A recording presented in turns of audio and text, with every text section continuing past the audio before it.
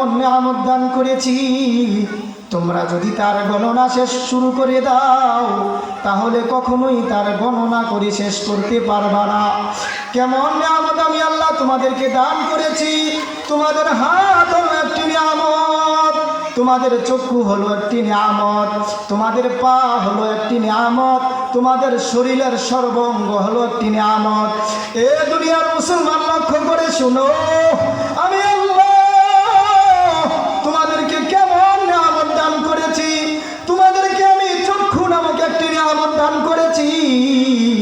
যার চক্ষু নাই সে জানে চক্ষু না থাকার কেমন বেদনা। যার চক্ষু নাই সে কোনোদিন তার কলিজার টুকরা সন্তানের চেহারাটা কেমন দেখতে পারে না। যার চক্ষু নাই তার জন্ম দুঃখিনী মার চেহারাটা কেমন দেখতে পারে না। যার চক্ষু নাই তার সহধর্মিনী বিবির চেহারাটা কেমন তাও দেখতে পারে না।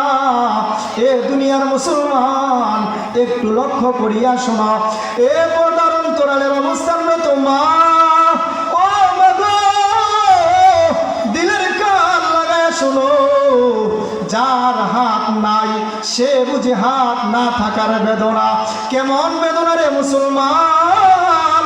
যার হাত নাই সে তার সন্তানকে কোনোদিন কুলে নিতে পারে না। যার হাত নাই আমাদের মতো স্বাভাবিক চলাফেরা করতে পারে না। যার পা নাই সে আমাদের মতো স্বাভাবিক চলতে পারে না।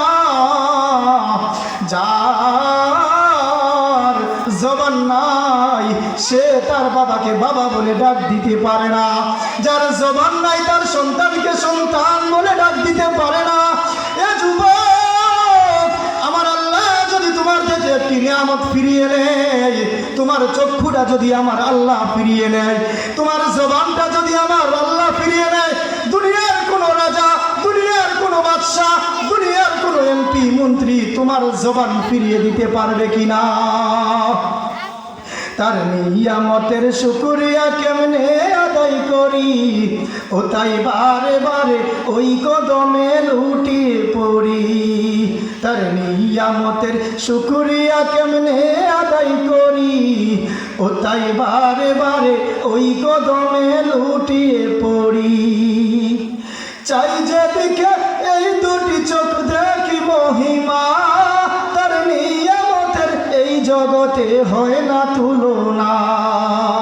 তাই দমে দমে, তাই দমে দমে এই নামে এই জবানে তার নামই জপি, ও তাই বারে বারে ওই কদমে লুটিয়ে পড়ি। আল্লাহু আকবার। এ দুনিয়ার মুসলমান, আমরা আমাদেরকে আল্লাহ রাব্বুল আলামিন কেমন নিয়ামত দান করেছেন একটু লক্ষ্য করিয়া শোনো। আমরা সকলেই জানি বাদশাহ হারুনুর রশিদের কথা।